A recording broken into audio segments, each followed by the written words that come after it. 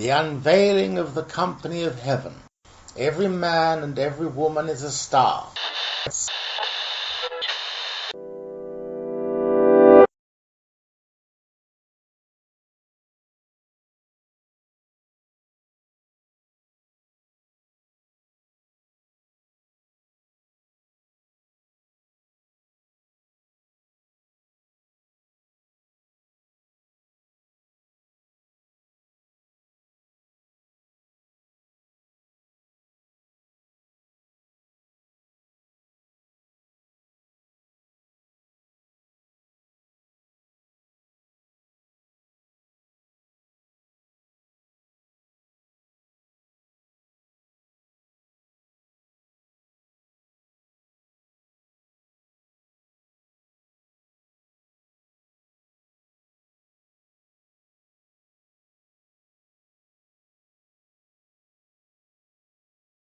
Hello, everyone, and welcome once more to the Free Radical Media Podcast. My name is Eric Scott Picard, joined as ever by my intrepid co-founder and co-host Patrick Ryan.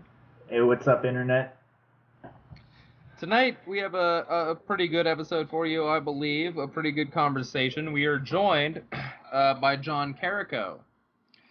Anarchist John Carico is a father of two, journalist for the Fifth Column, previously the founder of HRPN, a radical activist, and community organizer promoting revolutionary action to bring about liberation and sustainability from Chattanooga, Tennessee. Again, you can find his work at the Fifth Column.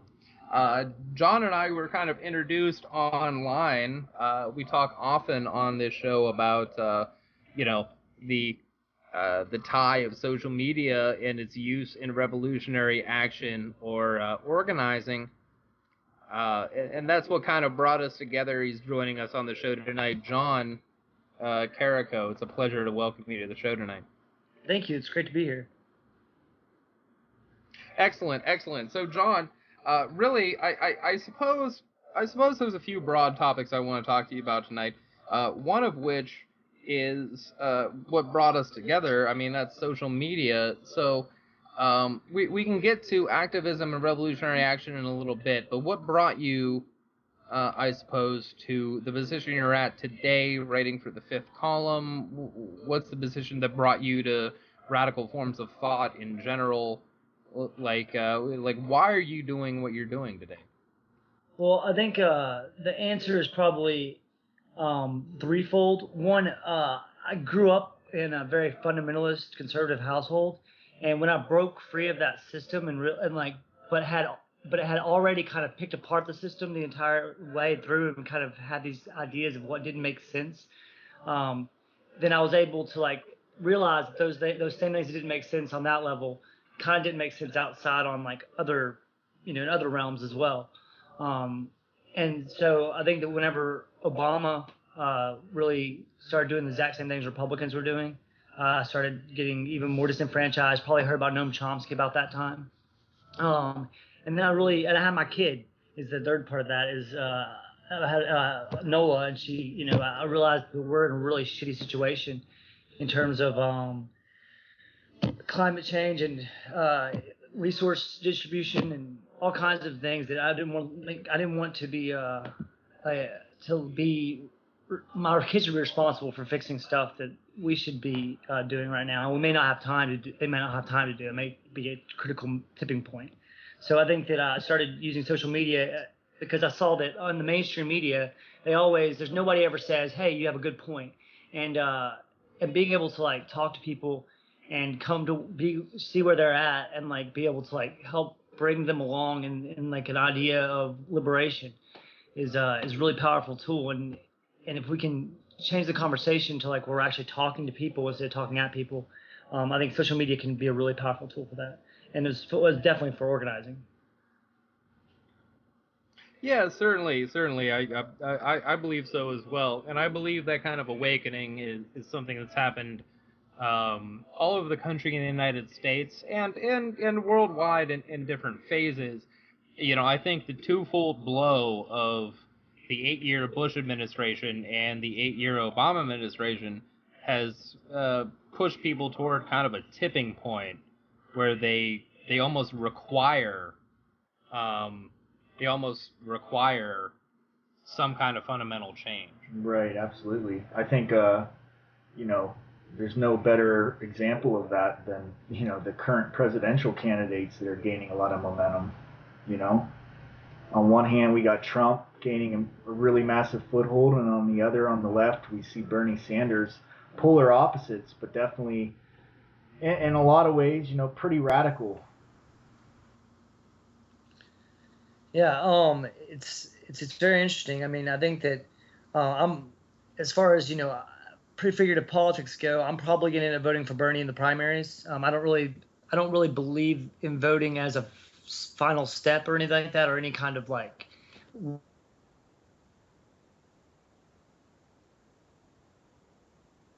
answer by any means. Yeah, a red state, so my vote's not really going to matter in the major election, as if it does anyway. But I think that Bernie does have things that are far and above just about anybody else. And I think that as far as prefigured politics go, it'd probably be a good idea to have somebody like him in office, even if it does gain more sympathy for the state. I think the very real situations that any private prisons and prison abolition, those kind of things are just far and above just about anybody else. Yeah, absolutely. And I think there's a lot of issues in which I agree with Bernie Sanders in that standpoint as well. If we're going to talk about electoral politics, again, I'm always upfront in this program. I personally am an avowed anarchist. I don't add any adjectives to that because I don't particularly think that we anarchists should divide ourselves in that manner. But I'm an avowed anarchist. Patrick, of course, he has his own opinions. I think he's an anarchist fellow traveler, at the very least. And John, you describe yourself as an anarchist, so we'll be upfront with those labels for the listeners, I suppose. So I don't think any of us have any real faith in electoral politics, but I think all of us have an affinity for Bernie Sanders as being a leftist who seems to genuinely care about working people. Yes, he definitely seems. He seems very very honest and very and like he's been doing things for years and years and years. So it's nice to see somebody like that, especially not taking money from corporations. And I still think representative democracy is an innately hierarchical system, and that it doesn't. And it's not good for actual decision making for most people. Yeah, exactly, precisely. Let's talk a little bit about media here, because we're all involved in alternative media or new media. Whatever term people are bandying about these days. So John, what role do you think media, both mainstream and alternative, fills in the current political system, both here and abroad?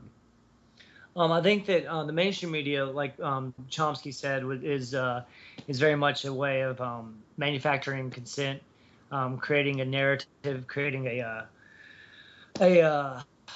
story that has a certain kind of arc to it, that reinforces certain societal memes that may or may not be beneficial for society. And most of the time with the corporate money that backs those things, it's not, it's in the interest of the corporations. Every once in a while something will break through, and Black Lives Matter gets this major campaign going where they can get, and another number of organizers get this ability to pressure the media into showing what's been going on for years and years and years and years.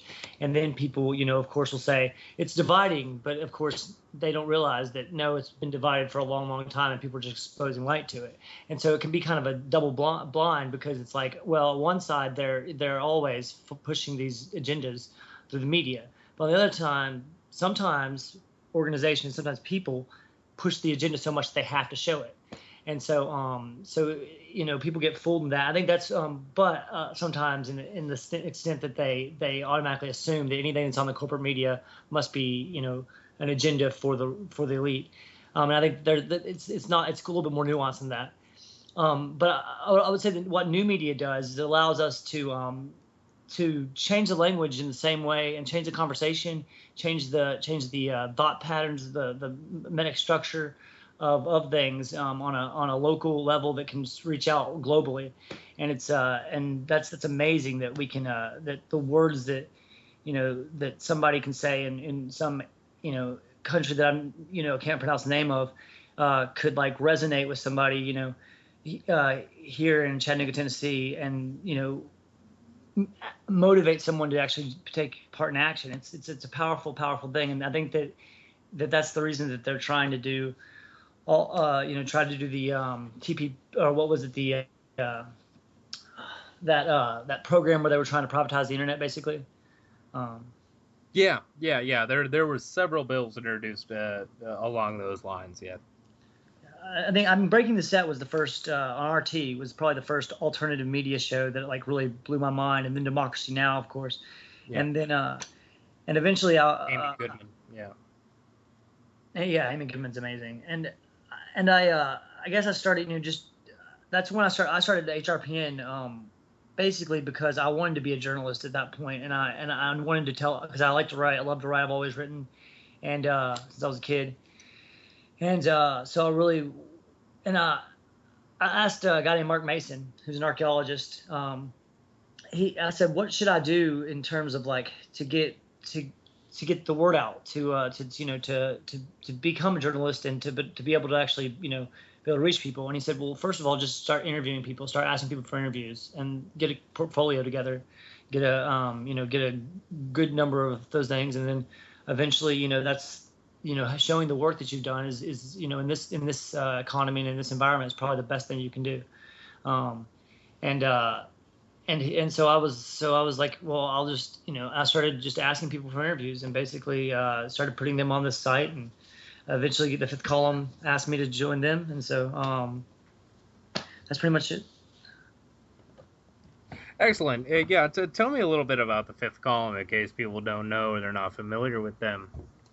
Oh, Fifth Column, they are they're relatively new. They do stories from all sides. They really try to have people. It's mostly left. It seems like but it's got great. I guess Justin King has gone around and found like writers that he respects on the internet, and community organizers and activists, and basically try to create a alternative media source that covers issues that anarchists and leftists can really want to hear more about. And it's a powerful. Every article I see is always something that's like, wow, that's a very interesting and nuanced view. It's great to see so many writers get a platform to be able to talk about news stories that may not even be not covered because of intent by other alternative media, but just because there's so much, and it's just a great place to see. Sure. Something we talk about a lot, honestly, is exactly what you're saying, is that if you want to do something, you should just do it. And if we need to build new institutions, you should just go about the building of those institutions, right? So, and I think new media is a perfect example of that.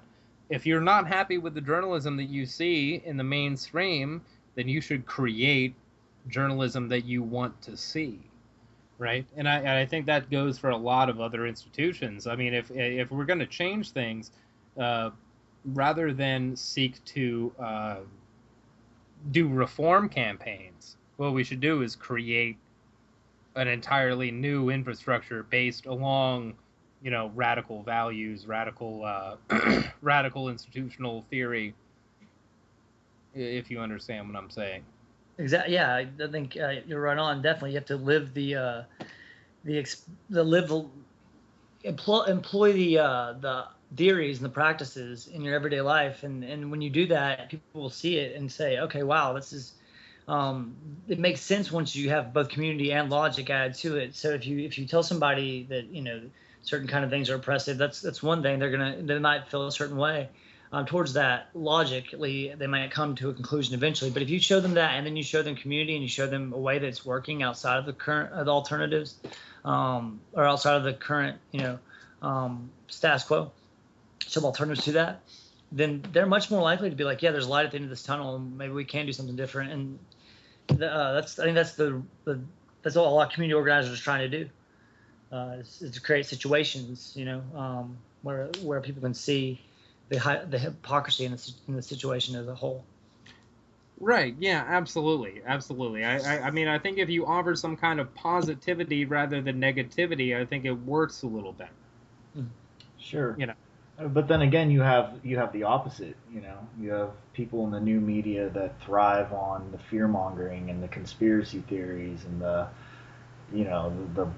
so on and so on. I mean, I've seen many people that were very anti-establishment turn full-fledged, anti-Semitic nut job practically overnight. Yeah, I mean, quite a few of them. I can name quite a few of them, and it's scary to see that. It's scary to see people with huge followings, mainly through the new media, start throwing out this racist garbage and people jumping right on board with it. So it could definitely go. It seems like it's a very polarizing sort of medium, this communication apparatus that the new media is sort of growing on. Definitely. I think, I can definitely. There's a lot of confirmation bias, of course. What you want to find, you will. I think that's definitely a trap people get into. Back in the day, about 5 or 6 years ago. I mean, it's something you start looking up this stuff, the Illuminati and things like that. You're gonna find all these different people who are gonna speculate on those things. For me personally, it's the same with things that I don't have. There's so much crazy, horrible things that we know are going on. That speculation can be fun, and it can be interesting or whatever to talk about. But when there's so much that's already going on, we already know that the eye and the pyramid of the triangle is the state, Big Brother, and the pyramid the triangle is the pyramid of scheme of capitalism. It doesn't need individuals to have some sort of conspiratorial need. It's a system. Yeah. I think that we found out tomorrow that JFK was killed by aliens. What would anybody do? Would they do anything different? Would they rise up and revolt? There's no real reason to speculate about these things whenever we have real stuff that people still aren't acting on. We know that there's 70,000 children imprisoned right now. We know that we have, we destroy rainforests inside Chicago and Brazil every year. And we don't do any, and people aren't doing anything with that. So obviously, information alone isn't a catalyst for change by itself, sadly. And bad information, can really screw things up. So I think that we have to really set the realm of speculation aside from the realm of journalism, I guess, and verifiable information. Yeah, and yeah, John, I couldn't agree with you more there. When it comes to the realm of your conspiracy theories, etc., I really couldn't agree more. I think we have a lot to go on already that should upset us, the verifiable information that should upset us. And that the idea of, and honestly, truth be told, I find the idea of a small cabal of people who are in a smoke-filled room with some long-term plan that controls all of this oppression, I find that absurd.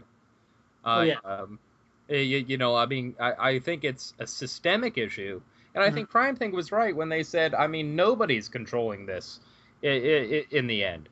It's ghosts, right? What's that? They say it's ghosts that haunt humanity. Yeah. And the Invisible Committee says something similar, I think. Yeah. The Invisible Committee says something very similar in their initial text. Post-leftists in general have said this for a long time, is that there's nobody controlling this. It's a systemic thing. Even Adam Smith said it in Wealth of Nations. Mm-hmm. These capitalists can't sit down together, but to rig prices. I mean, they can't help themselves because that's the system that we live in. It incentivizes them to rig prices, right? And so that's how the market functions. And the market's not ultimately controlled by anyone.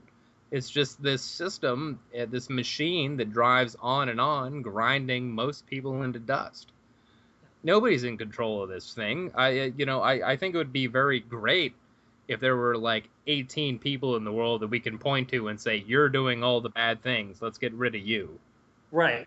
That would be, it simplifies the problem, and it makes it seem like, that just, if that was the case, propaganda of the deed would be an interesting, I mean, like, but that's why that is a tactic, because then it would be just 18 people. There you go. There's no, but it's not, and that's not it's a system that we have to, that's why we have to find inside of ourselves the oppression that we have, the oppressive systems that we perpetuate, and have empathy with identity politics. When people on the left say they don't want to talk about identity politics, I'm like, well, then you're never going to be able to take down some sort of huge system that has 1,000 military bases all over the world. If you can't even take down the oppressive systems that exist inside of you, then you're never going to be able to fully, if you're never going to be able to fully empathize with somebody else's situation, of course. But to try every time you notice one of those things that you're doing to fight against it.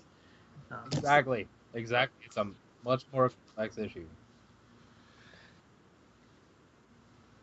It's essentially.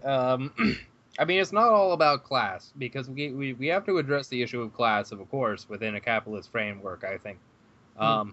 But we also have to address issues of, I guess I would say, inter-ethnic conflict, right? Cultural conflict, so white supremacy, male supremacy. I mean, we have to address those issues to be able to form like a solid framework for liberation. Exactly. There's a book by Chris Krass called Towards Collective Liberation, and it is excellent. It's for white male allies to be able to help us to be able to see the kind of oppression that we are conditioned and under, and the kind of things that we could, and like the way that his story basically of how he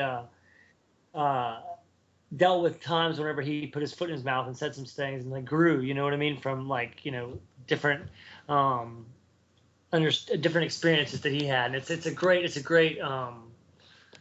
book. And that's so important, because we've all been idiots at some point. None of us are perfect.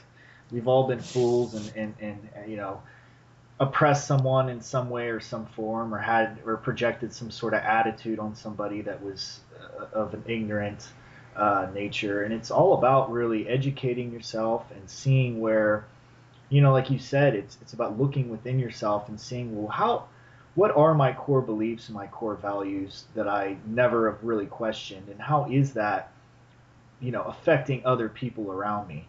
And if you could constantly look at yourself and really dig deep and, be humble enough to realize that you're not always right and that you don't have all the answers, you can grow as an individual, and in turn that has a cascading effect on the society and culture that you inhabit. Oh, definitely. That's a very beautiful way of putting it. I think that if we on the left, sometimes it seems to be a thing where we like to pretend like we've always been these perfect leftists who always held these certain lines. And I mean, I think there's a difference between somebody who's been oppressed by a situation responding angrily to something, and because that triggers trauma, and I'm not gonna, I don't think it's my place in any way, or anybody who's not been in that exact situation's place to say how someone else reacts to bigotry or racism, or sexism or hierarchy, but like as somebody who might be able to in a moment whenever there's a conflict, be able to say logic, at least the people looking in on that are going to see this person's being ridiculous and being insulting and stuff like that, and this person over here is saying something in a calm manner logically, that alone may alter some people's perception towards the person who's saying something, in a logical manner. So I think that it's a balance that not to judge other people based on their reception of something. I know my dad said something ridiculous, and my friend responded to it, and he was very, very angry. And it wouldn't be the way I responded, but I hadn't gone through that oppression my whole life. You know what I mean?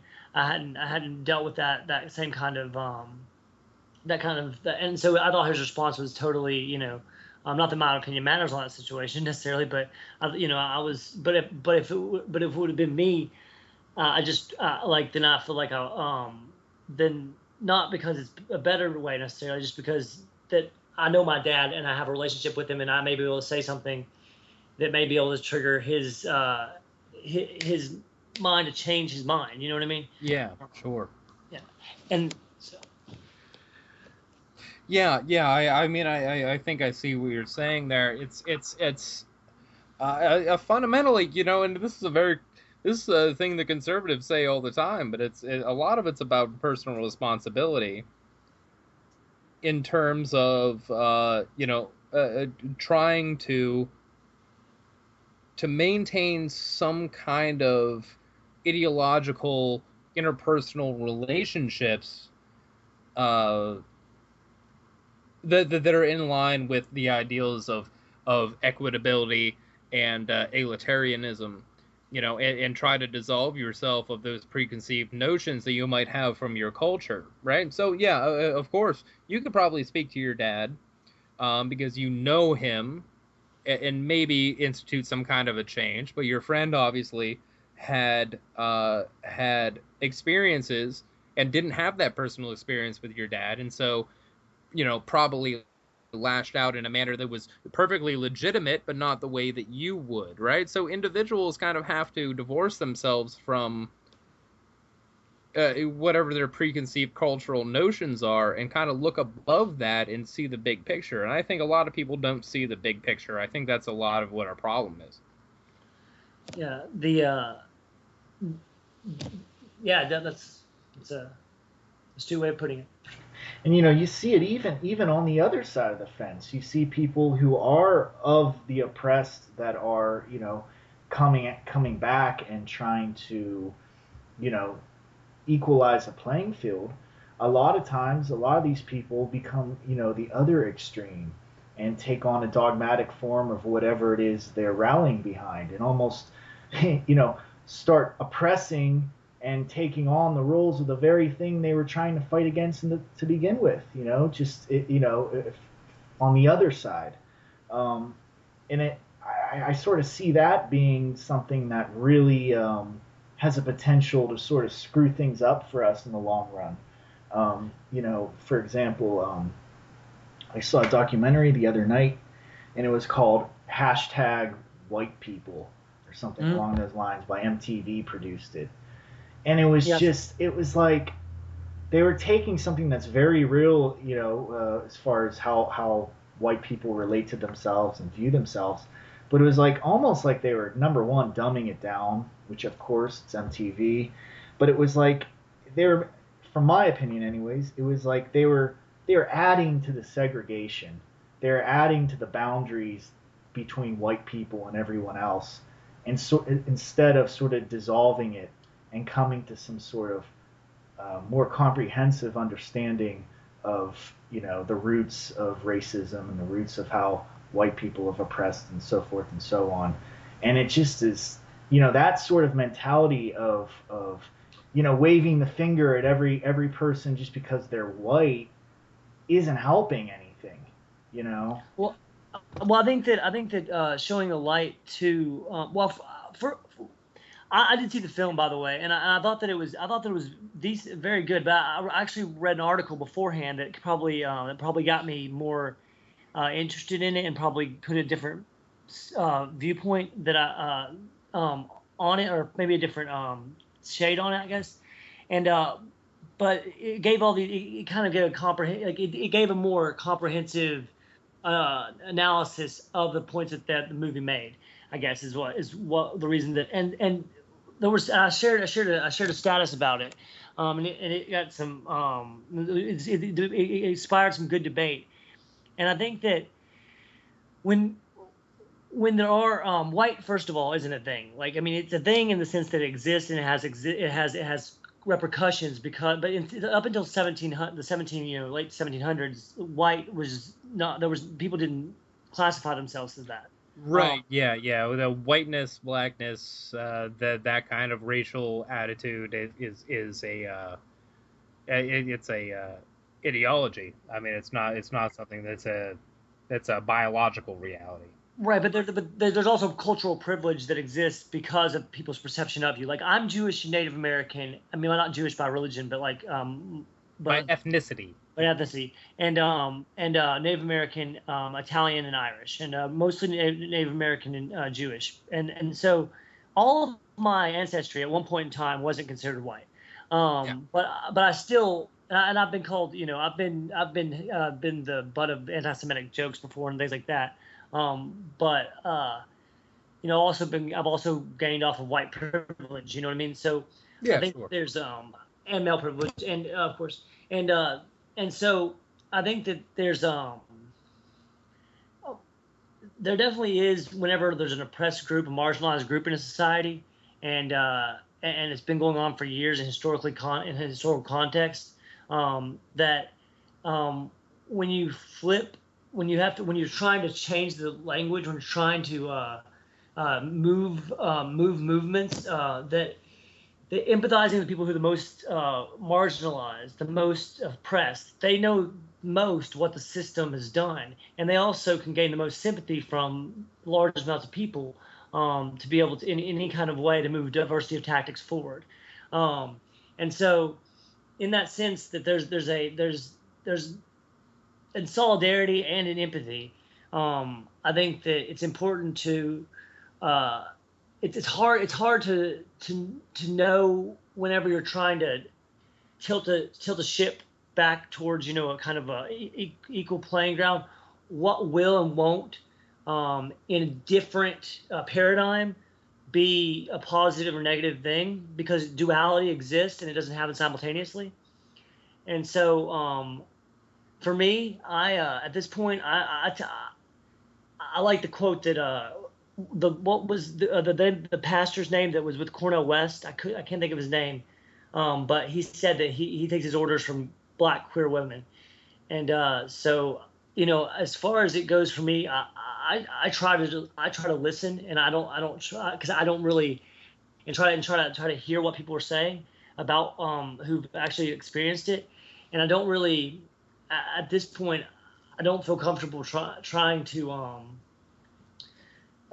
question that, in the sense of whether or not, I don't see it as it being it's almost like if there's a bully, and he's beating up like 8 kids or whatever, and then this one guy punches him in the face, and the bully stops. As long as the kid doesn't take up the mantle again of bullying, then they haven't actually ended the problem. So in the same way, that if people are taking shots at white people who may or may not deserve it, which, I mean, in even, let's say that's the case, then I still think, as long as we don't have some sort of like fair, well, let's insert some sort of like thing wherein the entire society changes over, and all of a sudden white people are slaves, and and I don't think that's gonna, that's the kind, I see that kind of reaction from progressives sometimes. I see like this reaction, like somebody's like, whenever the 2 ladies, Black Lives Matter, got on stage with Bernie Sanders, it was like they cared more about their candidate than Black lives at that point, and it seemed like there was a certain kind of level of this light version of, oh my God, I see, like, it's almost like sometimes there's a response. It's almost like a black person called for white slavery when all they did was insult white culture. Does that make sense? Sorry for the long answer there. No. I understand what you're getting at, and I do agree, and particularly, I mean, I thought that was a legitimate tactic, Yeah. Although then I saw, the Clinton campaign, kind of, try to, I don't know, pacify Black Lives Matter, inviting them into the overflow room for a quick conversation with Hillary Clinton, and they try to treated her with kid gloves because of it. But I think it's perfectly legitimate, particularly with the Sanders campaign, to push him to make statements about white supremacy, because he's the only candidate who could possibly, with a straight face, make statements about white supremacy, I think, and be legitimate about it. So I think it's very fair for oppressed peoples to push Sanders, to the left in that case, right? For sure. I don't question those tactics at all when it comes to that action. Yeah. Obviously obviously you can see where my politics are with the election. I question Hillary Clinton's motives in that case. But if we're talking about issues of white supremacy, obviously we have an issue with white supremacy in the United States and elsewhere. We have 600 years of colonialism to back up the the evidence of white supremacy. And to this day, there are groups. I recently went to a Tennessee Anti-Racist Network. I had a workshop on radical tactics, and afterwards we did a direct action where we went to above ground direct action, where we went to the CCC, which is the Christian Conservative Coalition. They have this publication called American Renaissance, and if anybody's not familiar with the Christian Conservative Coalition, they are the KKK light. They believe in racial realism. They wear suits and they talk really politely and instead of the KKK, it's the CCC. Yeah, exactly. And we went.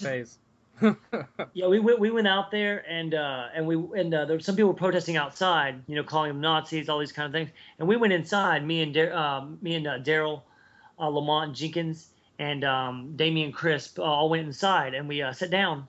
And this gentleman sat down with me, and this group continues legislation basically that continues to specifically target non-white people of color, and it's just really horrible. And we sit down, we talk to this kid who's from Puerto Rico, and he said that he believed in racial segregation, but he also believed in narco-syndicalism. So that really blew my mind. In the sense Wait, what? What, really? Yes. He believed in racial segregation and anarcho-syndicalism. Yes. He believed that. And I asked him, what about me? Somebody, most people who have more than one race. He's like, well, you're fucked. And I was like, what? He's like, well, we just need to organize, in autonomous collectives, white over here, black over here, and Puerto Rican over here. Their argument is that it's going to help diversity. I think that's one of their core arguments, that keeping the races separate is going to help diversity in the long run. They believe they believe integration is forced and segregation is natural. Honestly, that brings to mind, and this is kind of a shift here, but I very recently, in the last couple of days, had a very long conversation. It wasn't a debate. It wasn't, this wasn't. I've had worse debates with people of this ideology, right? But I had a long conversation with an anarcho-capitalist, okay? Oh boy. And I simply don't know how those two words go together, because I don't know how you could be an anarchist and a capitalist at the same time. This is one of Stefan Molyneux's people. Yeah, are you familiar with Stefan Molyneux, John? Unfortunately so. Yeah, exactly. Right. Yeah, exactly. So, I had a very civil, very nice conversation with this person. Very nice person, right? But I fundamentally don't understand how we can agree on so much, be anti-statist, you know what I mean? Like anti-racist, all these things. But they believe in capitalism, which I think is an inherently unequal system, something that couldn't possibly offer any kind of anarchist solution. And anarchist, political views, right? I just simply don't understand that, It seems to stem from an idea that they don't believe that they don't understand the hierarchy in private ownership. It seems like of the means of production. I guess I think that it's I've tried to describe to people who are narco-capitalists a situation in which they can see the inherently unfair aspects of capitalism. But what I say is that let's suppose your father gave you worked for 10 years and to get a certain amount of money, and that certain amount of money went to buy a field. And you worked for 10 years and you were able to build this field up to a point where you had a home, a farm, and were able to buy another field with the produce that you sold, right? Mm-hmm. Now with that farm, with that extra land, the same size as your land, you don't have the ability to work that land, so you hire someone else. Yeah. Well, if within 20 years, the time your dad put into buying it and the time that you put into building it, that person can't buy their own field, well, then you somehow exploited them. Yeah, exactly. Right. Right. Yeah. But it seems like fundamentally these folks they don't understand the fundamental nature that capitalism is inherently exploitative. Yeah. Right. And that's what I see Stefan. Right. I see Stefan Molyneux, and he makes all these good points, and he seems very concise and intelligent. But there's something just wrong there, and I think it's the fact that he's and other anarcho-capitalists are arguing for a system that's been proven to be a failure and it is dying and belongs in the last century. And that's something that myself and Pat have talked about many times, is that, I mean, capitalism is one of those ideologies that belongs in the last century. I mean, it's dead. We need to move on. Stop flogging this dead horse. I think that they fear that if the capitalism goes down, then a lot of them probably have vested interests in capitalism staying up. They probably see themselves as temporarily disowned millionaires or dispossessed millionaires. Yeah. And they don't think that they could afford they don't think that the Fedora factories that are currently in would be able to produce fedoras at the same level of efficiency or something. Well, well, my question is, if you're an anarcho-capitalist, and by definition, by being an anarchist, you believe in freely associating with groups. What about the people that don't associate with your capitalist paradigm? I mean, do you enforce it? Because if you enforce it, you're by definition no longer an anarchist, right? Yeah. Yeah. So are you guys familiar with how the remedy is for something like that, or do they just allow people that don't want to partake to do their own thing? Well, they say that they would allow for other communities to exist, but with the infinite growth cycles that profit creates, and the need for ever expanding markets, then I don't really see how. I mean, there's just a whole lot of reasons why it doesn't seem like somebody would just stop. You know what I mean? Like, it doesn't seem like there's any kind of like incentive for them to, because you can swindle people as long as you can have more than them. I mean, like on a level of production, the ability to produce more, or like because you own a factory or whatever. So I can't come to terms with it, and it seems like a lot of times it's kind of circular logic that's employed. Because I mean, it seems at some point, if you were running a capitalist type society, at some point it seems like your values, just by the nature of capitalism, you would have to, oppress somebody that wanted nothing to do with it, as you see happening, now with the United States and so forth and so on. So it just seems like it just seems like people that really subscribe to that sort of philosophy really haven't thought about things on a long-term scale.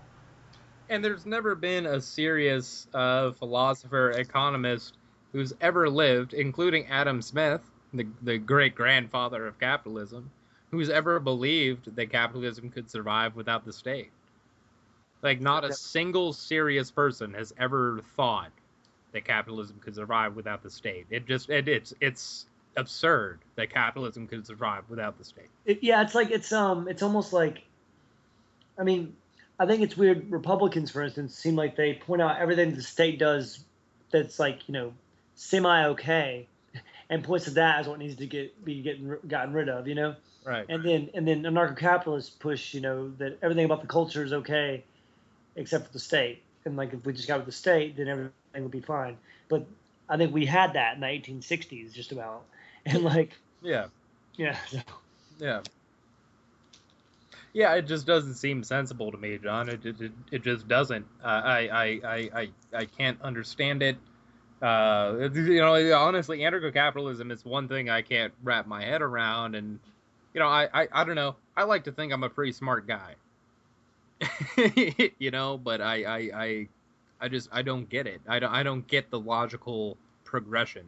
Well, I think that's where the Don't Tread on Me and the and Ron Paul and like a lot of these kind of so Ron Paul is the media story is that they didn't show him, that they didn't talk about him as an underdog. You know what I mean? Yeah. And then he talked about anti-war more than Obama did. He talked about Federal Reserve, which is a very real problem.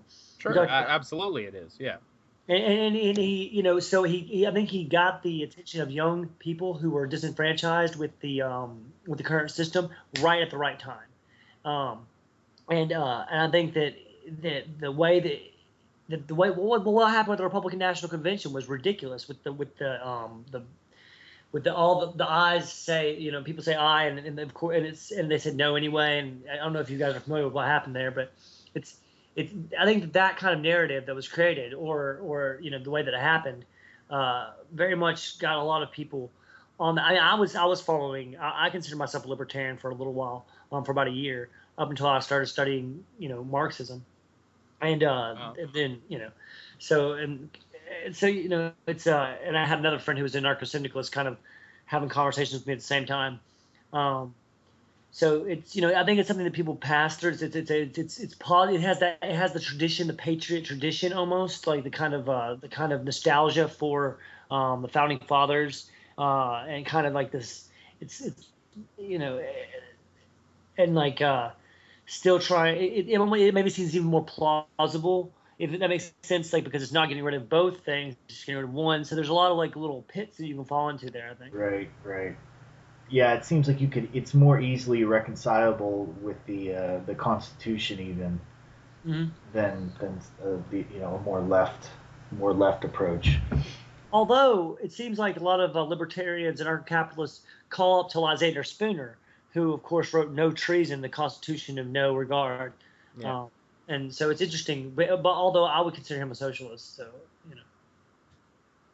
Well, in comparison to today's politics, it seems like almost any of the old philosophers were socialists. I mean, even Adam Smith seems like a socialist now. Right. Yeah, really, yeah, definitely. I mean, I think that Locke is very much more. I think much more. I mean, he's kind of. Well, we shouldn't disregard Locke's love of slavery. Oh yeah, yeah. There's definitely some horrible. But certainly he's far more liberal than the majority of the Republican candidates in this election cycle. Definitely, it's weird. It's so weird. It's like Donald Trump almost seems like he's like a satire or something, that he's gonna like, if he wins or even if he doesn't win, there's gonna be a moment where he's like, everybody who supported me for the last like 6 months. What were you thinking? This is a skit. This is an indictment of American people. Like this was some kind of satire. Yeah. Yeah, and like almost everything he says, like the police. I'll get the police to be harder on gangs. Like as if the police isn't the biggest gang in the country, or Yeah. or that he's gonna that it's all these things about immigrants, as if San Jose and San Francisco were named by Europeans, like it's like right, yeah. And to top it off, I hear Hulk Hogan wants to be his running mate, and it's like that'd be perfect. Oh God. Well, I heard that he was considering Sarah Palin as his running mate, which is just the most absurd fucking thing. Yeah,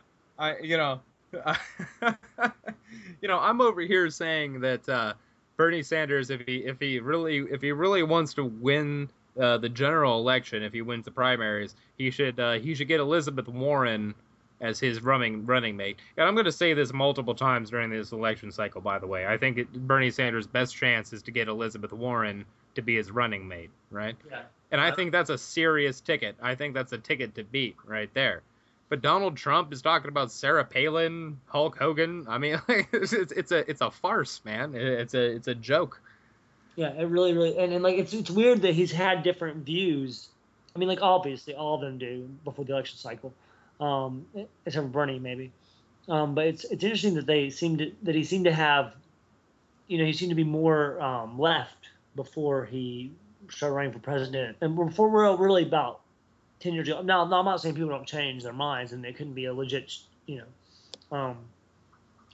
mind change, but it seems more like he's doing it for just almost to like get a demographic that he knows he can get, Yeah, certainly. He's changed positions so many times. I mean, it's clear that he's just kind of he's just riding the wave that he's on right now. Which what I said earlier, it's like people are so thirsty for something different that they'll actually follow someone as outrageous as him, simply for the fact that he's just straight up outrageous. That they just want something. They're just craving that.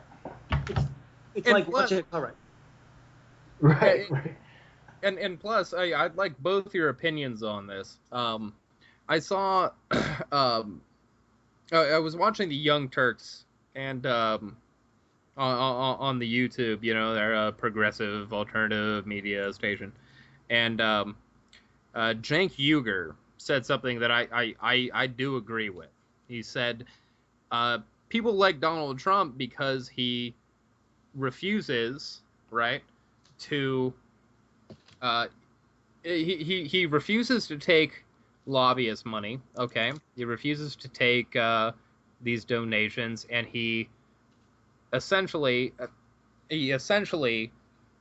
has he's admitted the fact that he was part of the billionaire class and that he bribed politicians, right? That he gave money to politicians, and he was like, yeah, this is the way the system works. I gave money to politicians, and they would call me, and I would call them, and they would do what I said, and the system's corrupt, right? And people like that honesty. And that's the same thing with Bernie Sanders. Bernie Sanders says the same thing, right? And I think that's what links the two, and I think that's what people are ready for in this election cycle. They want somebody who's going to tell the truth about money and politics. And Donald Trump is an absurd, ridiculous person, but they like the fact that he's acknowledging the corruption. I think they should make a movie with Larry David and I don't know who would play Trump, but where they both somehow end up in the White House together as like the odd couple. And you see them arguing. Like, would Larry David be Bernie Sanders? Yes. Definitely. Would Larry David be Bernie Sanders? I mean, it's an interest. We're at an interesting time, and I think this election especially is like a pivot point, no doubt about it. And I think we really will. I mean, I'm very confident we're going to see something different this election, whether it be in the negative with someone like Trump or in the positive like Bernie Sanders. I mean, maybe I'm being overly optimistic in that regard, but I really do think that we're ready for it. The world's ready for it. We're ready for it. Definitely. I think that, I mean, I have read To Your Friends by the Invisible Committee here recently.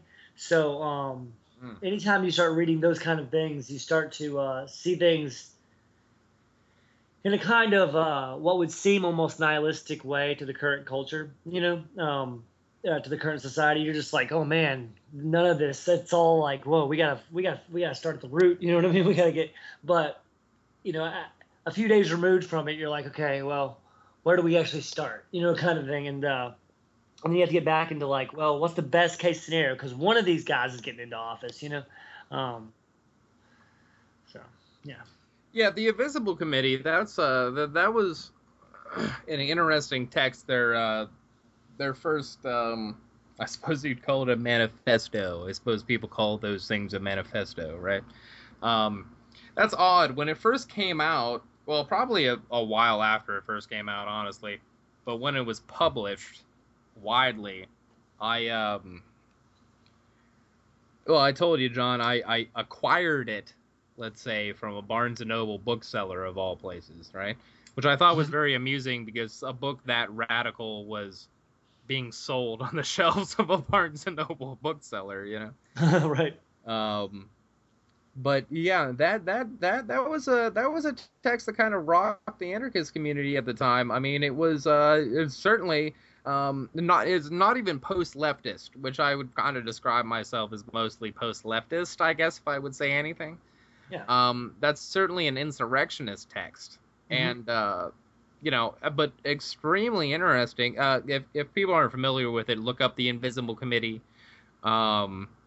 This was French. I believe they were all French nationals. Were they all French nationals? Yes, I believe so. Yeah. Very interesting. This was during the Bush years. This was early 2000s, I believe, when it first was written. Very interesting text, and this was, of course, when Crime Think was kind of coming into its own as well. So when post-leftism, insurrectionism in the anarchist community was kind of re-blossoming. I mean, we had a period after 9/11 where anarchism was kind of essentially destroyed, you know. I think now is the best time for anarchism in the last 30 years, though, John. Yeah. I really do. As well. Speaking of Crime Think, to change everything, there's a tour they're doing right now, and they're coming to Chattanooga on November 9th. We're going to have them at 4:30. They're going to do an international panel discussion on their newest pamphlet, To Change Everything. And I think that what the Invisible Committee and they share is an idea that to do these things, we just, like you were saying earlier, we just have to live inform people of the problems and the solutions that have worked. Organize people to actually be able to take part in those kind of mass changes and in individual action. Sustain people who are trying to do that through community building and gardening. Dismantle the kind of oppressive machinery that's taken control of our earth and our nature, and then to be able to resist against the forces that would grasp onto domination. And once we if we can maintain that kind of strategy and on a whole lot of different levels, I think that we really can start to create a new world that already exists, here. Yeah, absolutely, and I can't recommend looking up To Change Everything enough to people. It's free to read online. It's free to everyone essentially. Crime Think has been doing great analysis for years and years and years. Actually, right after the release of To Change Everything, we spoke with Comrade B on the program. Awesome. So if anybody wants to look back through our archives and check that out, you should definitely check out that interview. It was a good one. It was interesting, and I'd love to do it again. But To Change Everything, I was extremely impressed with, as I'm almost always impressed with their stuff. I highly recommend their texts. Work. Yeah. And Expect Resistance, which I think are two of the best radical texts to be written in the last 10 years, second only to David Graeber's Debt, the First 5,000 Years, and probably Eisenstein's Sacred Economics. And that one's great too. I really also like Peter Marshall's Debating the Impossible, History of Anarchism. Yeah. And I think to your friends, once you get past the first two chapters that seem very nihilist, they start to get back into the kind of critique and the kind of nuanced, subtle suggestions that they give that are really good. Yeah, interesting works, and I honestly think people should look at anarchist texts more. This is one thing that I was talking about actually earlier today. My partner, my wife, she's a biologist, right? And we were talking about Darwin and Kropotkin, right? Now they were both contemporaries. Now she learned very little about Kropotkin in even in graduate level classes, right? But I think Kropotkin had the same analysis as Darwin, right? but had a better thesis, right? But he's ignored simply because he was an anarchist, right? So even in the scientific community, you have this kind of disparity, right? So if you read Kropotkin, I mean, obviously, I agree with tons of his political theory, but if you look at his scientific theory as well, I mean, it's so much more clear and concise than Darwin. It makes so much more sense, you know. I'll have to look into that. I never even knew that he had any kind of I guess I hadn't done a lot of historical study on him. He was mainly a biologist, yeah. Yeah, I've read some of his work. I've read his work, but I didn't realize that he. That's awesome. I'll definitely look at that. Yeah, sir. Isn't that interesting? How Kropotkin's view of nature influenced his political philosophy, whereas Darwin had a profound influence on later capitalism. Exactly. Exactly. Wow. And that's the thing, and especially John, and this is a message I'd like to send out to people, is that Kropotkin's political philosophy did come from his study of nature. And that Pat and I talk about that all the time, is that if we're going to base any kind of political philosophy on anything, it should be on what is truly natural law, which is interconnectedness, balance, egalitarianism. Yeah, and I think that that's going back to the Invisible Committee. They say that that hierarchy and domination is an aberration, of what's natural. Exactly. Yeah. Hierarchy is certainly, and oppression are certainly counter to human nature, regardless of what people say, and that's what the Darwinists say. They say that that's human nature, is to oppress other people, is to bloody in tooth and claw. Yeah, exactly. That Herbert Spencer, that Hobbes philosophy, which is just not based in anything. And that it's so strange, the kind of simple things that if people can just see things slightly different, like just for a second, if they can, the Situationists did this, they could just create these moments where people look at things and go, like Black Lives Matter, just the name creates a conversation, it's a powerful thing. And similarly, right now, we're working on organizing a thing for May 1st. Would you like to talk? Is that no, absolutely. I would like to talk about that. Yes.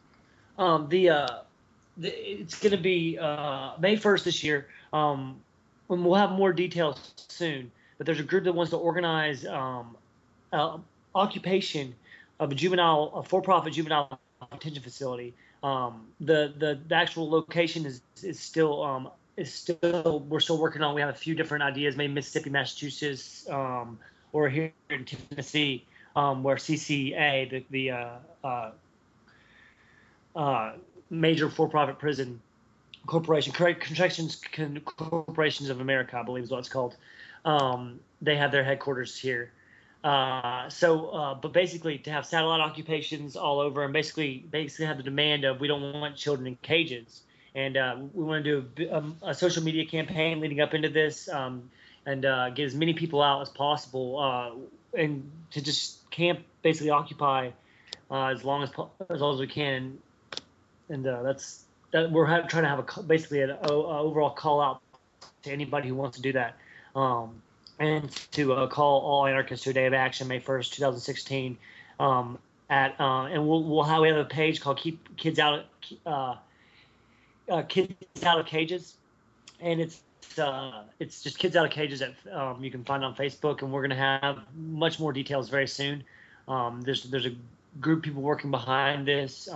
It was Kirsten Ross Davis's idea, along with her husband Chris, and we have people who've been involved in various different levels of activism involved with this. We have different community organizations, different communities that we're working on the details of how this is going to work, and we're working with people who grow food, and it's kind of a really interesting place we find ourselves in. Everybody who's organizing this, that we were able to get the kind of networking we were able to do to be able to make this actually happen. And we think this can actually, we really do think that this could actually do something to where, because Bernie Sanders is talking about prison abolition. It's I think that it's not even a red or blue issue. It can really, it's something that can be empathized with because it's children, and there's already a lot of, that guy just got put in jail for 28 years for selling kids, basically. There's a whole lot of different things that can be done, I think, in the lead up to really change the conversation about this and bring this into the forefront during the election as a major issue. Yeah, I totally agree. I totally agree. And I'd like you to put your plug out there as well at the end of the show when we do our recap. But for the moment, I think that brings up a good topic, is direct action. What we like to do on the show is a lot of times it's kind of a bummer, right? When we talk about these things, well, we talk about everything that's wrong with the world. So what I like to do is devote a little bit of time to talk about what we can do to solve these problems, right? And I think direct action, just like what you're talking about there, is a positive that I like to end on. What do you think listeners can do? I mean, brother, like it seems like a lot of people have this cynicism, like I can't do anything, so I'm going to do nothing, right? Like, what can people do to get involved? Well, I think that the first step is to really look at in your area who's already doing stuff. People, and it doesn't really, and like, if they may be more liberal than you are, like in the sense of like you're maybe a radical and they may be a little bit more liberal, but work with them. Go to protests that aren't going to do anything. Get involved in the stuff that isn't going to work, and really network, and go in there and see why it doesn't work. Get a good feel for why it doesn't work. Thank you. Good feel. I think that's fantastic. Yeah. Get a good feel for the false consensus. Get a good feel for the people who call themselves anarchists but control the money. Get a good feel for all this, and realize what kind of critiques you can make, because those are the people who are going to probably move forward faster than other people still. And so having those people they may eventually move with you. And so the second thing I would say is garden.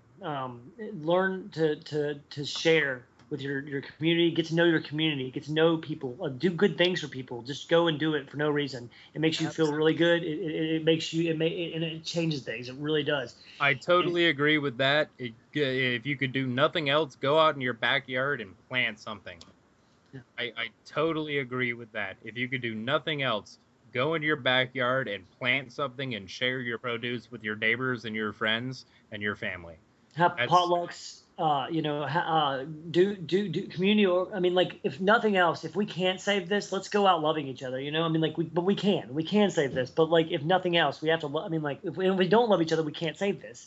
So it's it's all, I'm not trying to say some sort of hippie, stuff that says like that's all we have to do. No, love requires action, but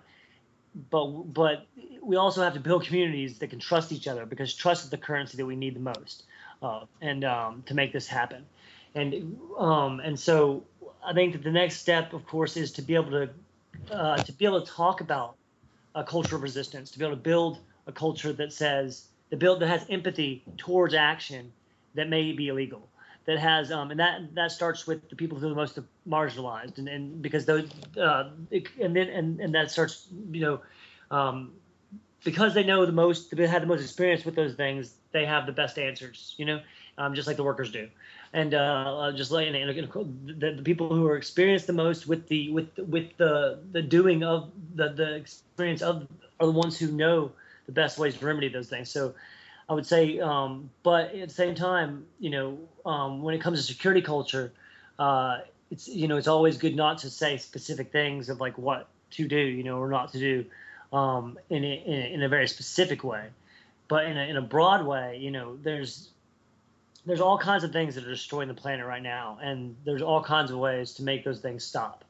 And if those things stopping does less damage in the one time that it happens, than the day after day after day after day after day after day after day thing, and it's a hot button issue, and there's a political climate around it, and you can, and I mean, I think that's it comes a time between where the media can spin something if you're by yourself, you know, but if there's kind of a looser affiliation of some sort behind some sort of action, then you can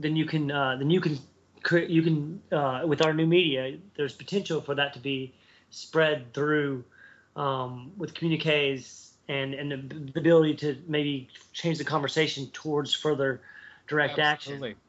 Absolutely. With our new media today, we have the potential for every individual to become a seed that blossoms into something beautiful. I mean, we really do. Absolutely. Be the change you wish to see in the world.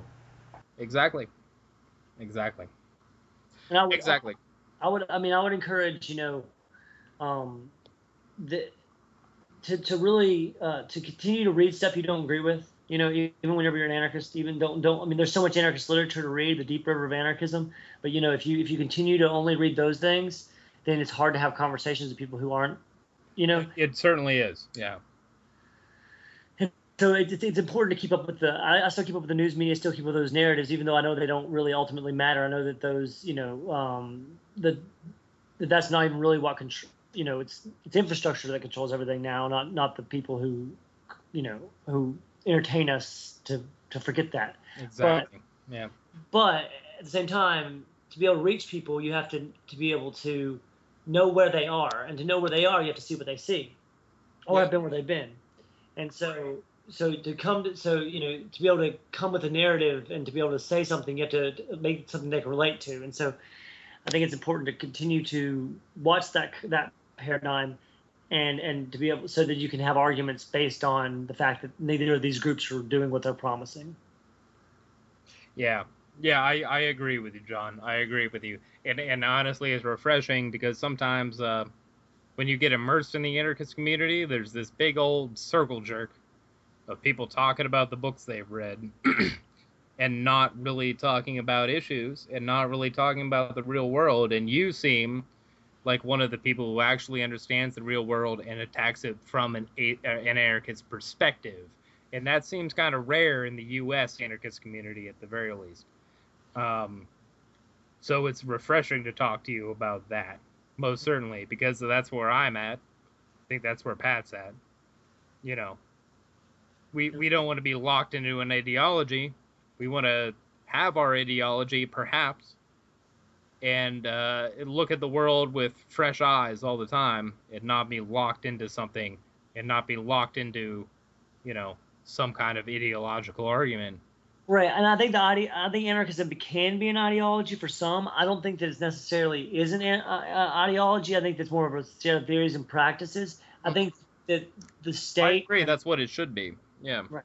And the state and domination are, like we talked about earlier, an aberration. And so, in the sense that is the one way it's been for the last 5,500 years, anarchism is everything that's not. It's not as if every single individual community is going to be uniform. We'll probably have, hopefully we'll have the ability to have, a kind of open source. This is what the problem we're having here. We came up with these 5 compromises in our area. Did you guys come up with any compromises that might work in the same situation? That kind of thing, and of course, these guys over here are doing something really horrible. Do a group of us, autonomous collectives, want to do something about that? Or hey, in 10 years, we're going to have a festival at this place, and it's going to be huge, and we want to invite like any community that wants to come, I think there's, it can be like the Black Rose Anarchista Federation, or any kind of these large scale groups that have this kind of like plan. I think they all recognize that there's many different streams in the rivers of anarchism, and that's it's not so much as a one way that has to be created. It's going to be like we're going to try this. A series of experiments to try to see how it works the best, because we've been because we know it works. Because it works in our individual lives, it works up until a point where we come into contact with those who don't want it to work anymore. Exactly, and it worked for the entirety of human civilization before 6,000 years ago, right. And in some pockets since. So, It's the natural state of things. It is. I mean, it's the natural. It's what's naturally going to occur once people learn how to empower themselves and learn the power that they possess and they've possessed all along. Yep. And you're right. And the fact that empowering yourself means empowering other people at the same time. Oh, well, John, we're about out of time. What I'd like you to do is tell us a little bit about your May Day event, your May 1st event, and then tell people how to contact you and how to find your writing and how to find your work online.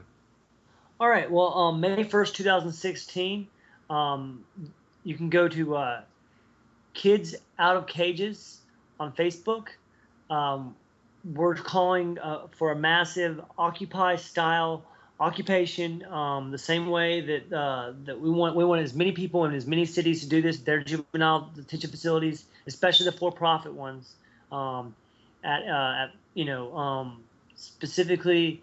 We're gonna have one major city that we do it in, that we can bus people into and have food and all those kind of things available, and to basically create a small community there that was willing to stay. Hopefully 10,000 people would be phenomenal. We're trying to get those kind of numbers to really say we're not leaving until until the demands are met, which we'll come up with the group is coming up with a series of demands, and we're going to go to different police offices. We're going to go to different things and just kind of read them and say, hey, we're going to do this, and we're going to go through the legal route as much as we can until that date in the next 8 months, and basically say, if you guys don't do this, we're going to come and occupy a facility, and we want to call do videos of us calling people and saying things like, there's kids being kept in cages here. Yeah. And calling the police and saying there's kids being kept in cages, and they're like, where? And then giving them the detention facility, address, just doing all kinds of actions up until the point of the time when it comes, and then hopefully, just bring, if nothing else, bring awareness to the issue, but hopefully staying there until the demands are met, and as long as we can get people behind it to actually, we can get the political will. We're trying to get some ethos now. We're trying to get some.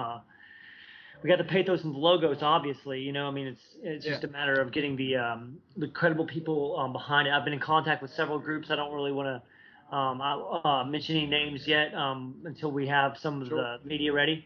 And another reason tactically that we're trying to not necessarily say the place yet is because just of tactical reasons too. We might want to say that the actual location a little bit closer to the time. But we do have potentially, Massachusetts is the place that's worse for it. Mississippi has a really horrible place, and Memphis again has the Corrections Facility of America, or Corrections Corporation of America headquarters.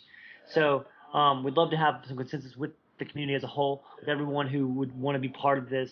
We need organizers, we need call teams, we need street teams, we need grants, we need anything that possibly can. We need the left and the right. It doesn't matter if your friends, ask your Republican friends who are crazy on every other issue if they think kids should be kept in cages. Maybe they'll somehow not think so. And as far as how to reach me, you can reach me on Facebook at John Carico. I'm on.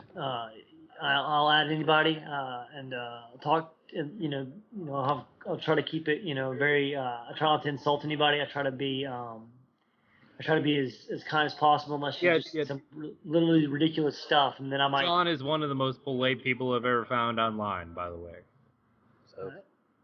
There's very few times whenever I have to delete somebody's comment or block somebody after continued belligerence, after trying to reconcile the truth with their ignorance, and not only that in kind of ignorance in the sense that they're not a good person or they're not an intelligent person, but ignorance in the sense that they may not have known that was a really dumb thing to say. And I don't mean I'm not gonna if I disagree with you I'm gonna delete you, but if somebody says some racist stuff calling for people's deaths, you know what I mean, Right. Yeah. He's a responsible person. Is essentially what I'll say. Yeah. Thank you very much, man. I think that if you want to read some of my work, you can go to Fifth Column. I have a few interviews up on there, and I'll have some more up. Every few days I have a new interview or so up. I've only been working there for a little while, but the the stuff I have up there right now is Charles Eisenstein interview, Vermin Supreme, Bob Black, and Brian Merritt interviews. All of which are people you should pay attention to, by the way. Particularly Charles Eisenstein, Sacred Economics. That's a book you should read. That's a book everybody should read. It's excellent. Go ahead, John. Yeah, and that I guess if you want to reach me outside of Facebook and you don't have Facebook, you can reach me at hrpnonline@gmail.com. Excellent, excellent. And again, of course, those links will be on the description of this video, which you're probably listening to on YouTube or iTunes. We'll go ahead and just throw that out there. John, it's been fantastic talking to you, brother. Yeah, it was great talking to you guys. Thank you so much for the opportunity. Yeah, that was really great. Thank you. Yeah, thanks a lot, comrade.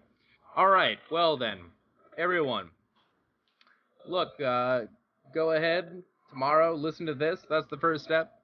Go out tomorrow, plant a seed in your yard, such as you may have. Try to go ahead and feed your family, feed your neighbors, feed your community. That's a good first step. And let's try to get this thing done. I am Eric Scott Picard, with my intrepid co-founder and co-host, Patrick Ryan.